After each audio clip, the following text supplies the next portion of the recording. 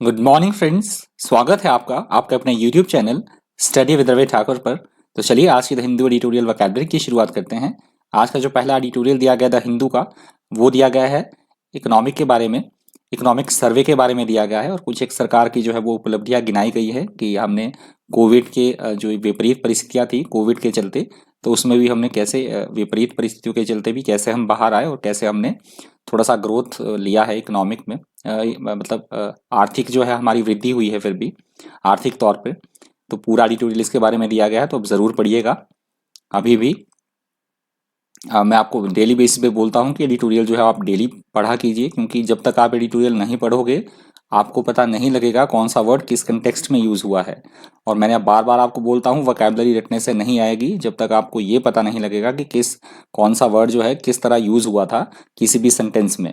तो आप editorial please daily basis पे पढ़ा कीजिए। और जो दूसरा एडिटोरियल दिया गया है, इटली के बारे में। वहाँ के प्राइम मिनिस्टर ने अभी रिज़ाइन कर दिया है। कोविड की इन विपरीत परिस्थितियों में भी वहाँ वहाँ क्या हुआ है, अभी वहाँ पे पॉलिटिकल जो है इंस्टेबिलिटी हो गई है, अस्थिरता हो गई है पॉलिटिकली। तो वहाँ पे उन्होंने रिज़ाइन कर दिया है वहाँ के पीएम ने। और अभी भी इटली में बहुत बुरे हाल हैं। वहाँ दिन प्रतिदिन अभी बढ़ ही रहे हैं कोविड के जो मरीज़ हैं, वहाँ पे संख्या बढ़ी रही है दिन प्रतिदिन। और कहीं पे भी काफ़ी सारी जगह पे वहाँ पे लॉकडाउन भी है।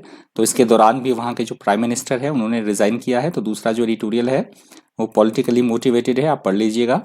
तो चलिए शुरुआत करते हैं इन दो एडिटोरियल के बेसिस पे। वोकैबुलरी मैंने लिया है तो शुरुआत करते हैं। चलिए, पहला वर्ड है ट्रेचरस। ट्रेचरस यहाँ पे एडजेक्टिव की तरह यूज़ हुआ है।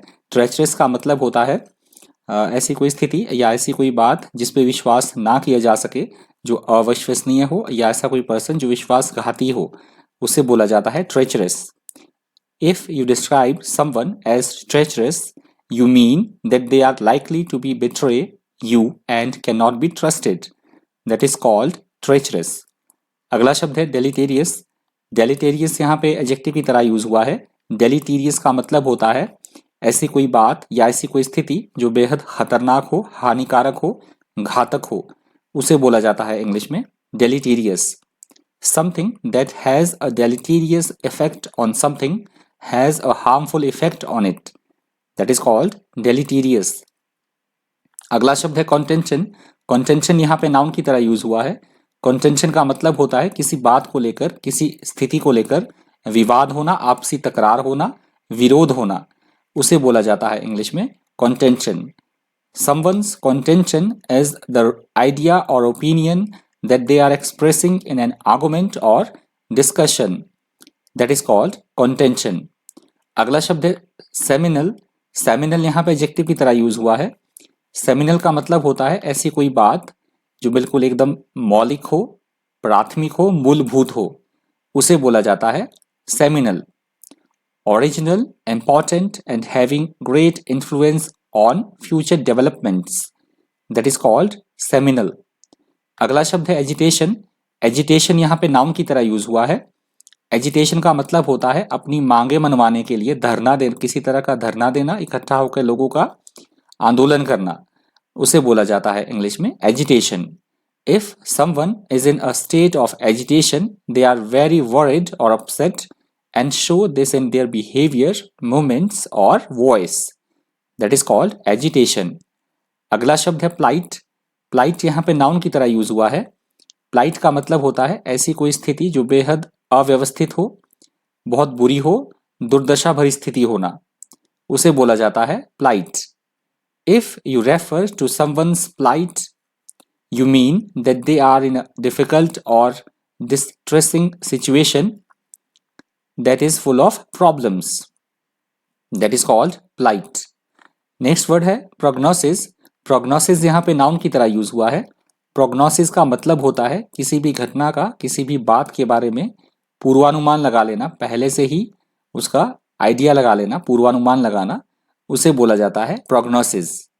अ judgement about how something is likely to develop in the future. That is called prognosis.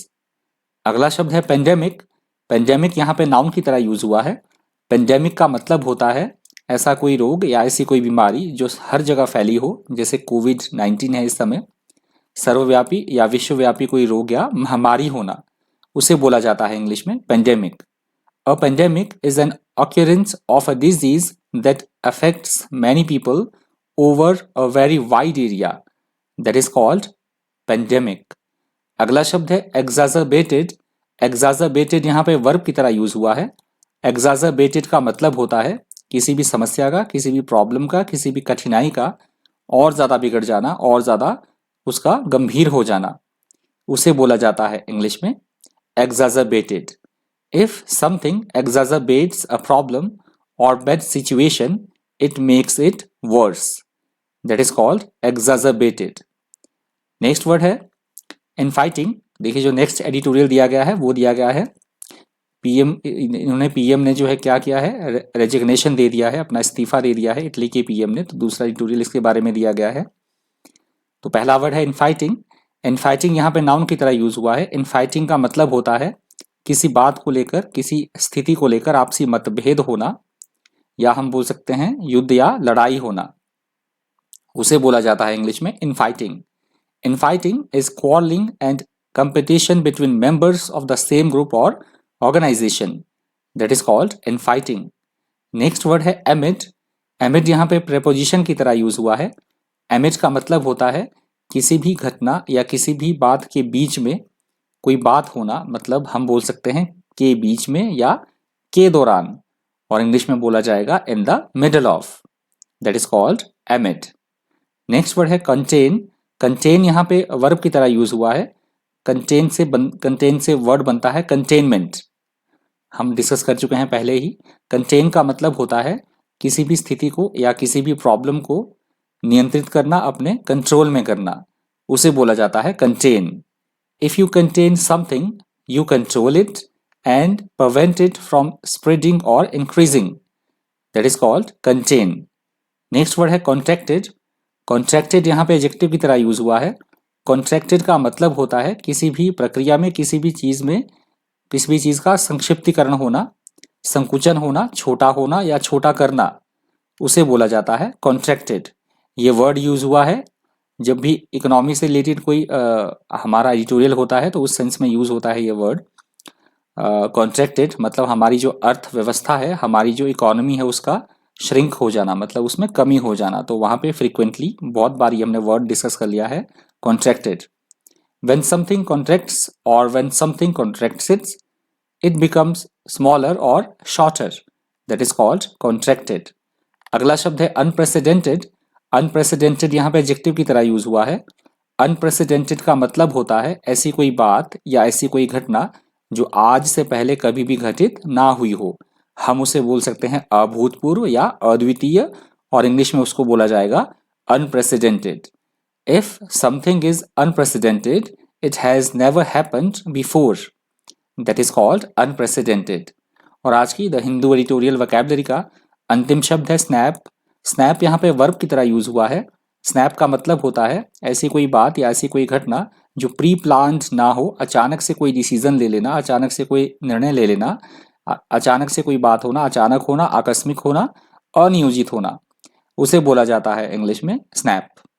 A snap decision और action is one that is taken suddenly, often without careful thought. That is called snap. तो आज की snap word जो है आज की the Hindu editorial vocabulary का अंतिम शब्द था. यदि आपको वीडियो हेल्पफुल लगा हो, इन्फॉर्मेटिव लगा हो, तो प्लीज़ वीडियो को लाइक कर दीजिएगा, ज़्यादा से ज़्यादा वीडियो को शेयर कर दीजिएगा. और अगर आप मेरे चैनल पर पहली बार विजिट कर रहे हैं तो चैनल को सब्सक्राइब करना और साथ में बेल आइकन प्रेस करना बिल्कुल भी मत भूलिएगा. तो आज की द हिंदू एडिटोरियल वोकैबुलरी में इतना ही. इसी तरह के इन्फॉर्मेटिव वीडियोज़ के लिए बने रहिए चैनल पर. Thank you. Thanks for watching.